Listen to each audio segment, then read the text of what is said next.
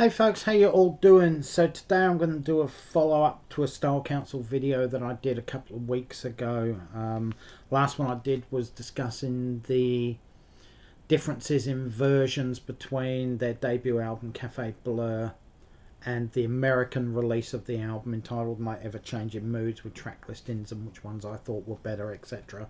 And the mistakes that were made possibly in different track listings and what I prefer, etc, etc. So I'm going to do a sort of a similar theme one this time. This time it's going to be about the Style Council's second studio album, Our Favourite Shop, which was released in 1985. And then we're going to look at the track listings of that one, the UK version and the Australian version, and also the American version of the album, which was called Internationalists, and just see what the differences are between each album. So yeah, the album was called Our Favourite Shop in the UK and most other territories around the world. It was called Internationalists in the US of A. So there were 3 or 4 singles released off this album to start with. You had Walls Come Tumbling Down. The Lodgers was re-recorded with a different version, so technically it was a single off the album. And Come to Milton Keynes was a UK single, but elsewhere Boy Who Cried Wolf was released as a single.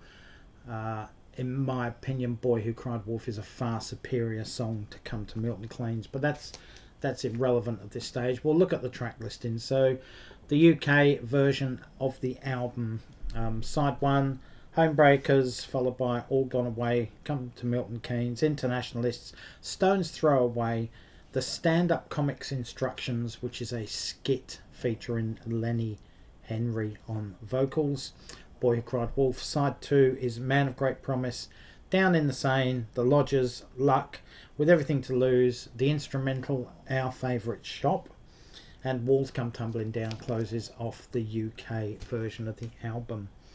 Now, the American version, Internationalists. This one does not have the gatefold sleeve like the UK version. Actually, I probably should have shown you that to start with, just so we can see the differences. So the UK version is a gatefold sleeve. It opens up like that, so it's a full shop. And all the items in that shop are things that Paul Weller and Mick Talbot grew up with and admired or liked as kids growing up. The inside there has that with track listing, etc. Now, the American version just has a single cover like that, and the sleeve just pops out like that with the lyrics on it. Oh, and it is on the Geffen label as well, by the way. Geffen Records, as you can see. So the difference in the track listing is that the Lenny Henry song on here, which is Stand-Up Comics Instructions, that is still on this album. However, Mick Talbot's organ-driven title track to Our Favourite Shop has been removed, and the single Shout to the Top has been put on this album, which is fine. It's another single, another way to promote the album. I don't have a problem with that.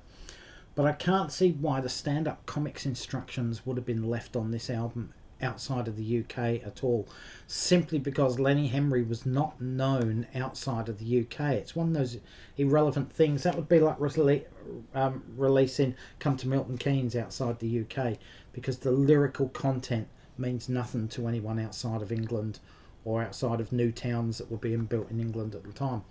So that was a strange one to leave on.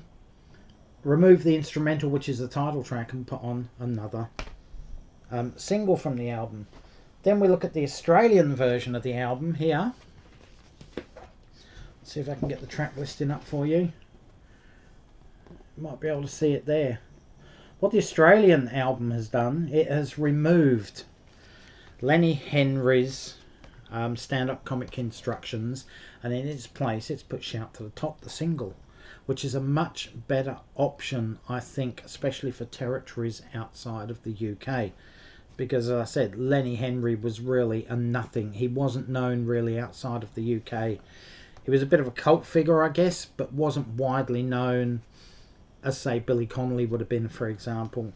So, and that song, Stand Up Comics Instructions, to me, it doesn't fit on the album. It doesn't fit. It's irrelevant. It just has nothing to do with the concept of the album, in my opinion, and it just stands out like a sore thumb. Why it was even put on the UK version, I don't get it. Maybe that was Paul Weller's sense of humour. I don't know. It's on there, that's the way it is. But at least CD versions now do contain Shout to the Top.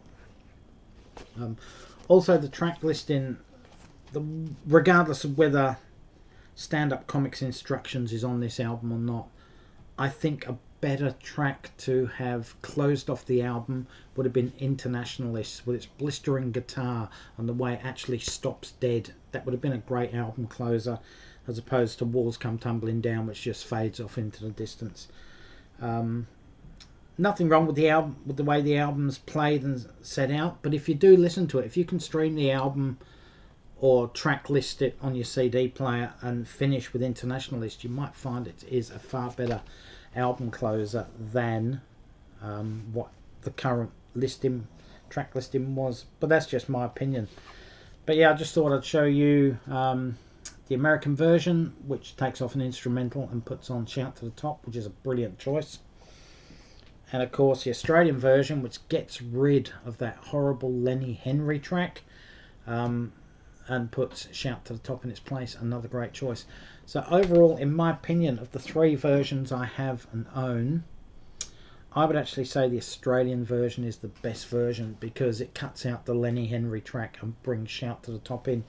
And it does actually work really well between A Stone's Throw Away and Boy Who Cried Wolf. It does really work really, really well. You do find on the American version that comes in, there's the second last tracks that comes in between With Everything to Lose and the final track, Walls Come Tumbling Down. I don't think it quite works as well back to back with Walls Come Tumbling Down. But it's an interesting album anyway. It's great artwork. I actually do prefer the American artwork on the cover to the UK Australian version. You can make up your own minds what you think of that one. But anyway, I just thought I'd make a quick video and show you the differences between the UK versions of our favourite shop and two other versions around the world, i.e. the US version and the Australian version. Anyway guys, thanks for watching. Leave your comments below. What do you think of the Stand Up Comics Instructions, and how do you feel about Shout to the Top being added to various albums around the world, as opposed to not being on the UK version?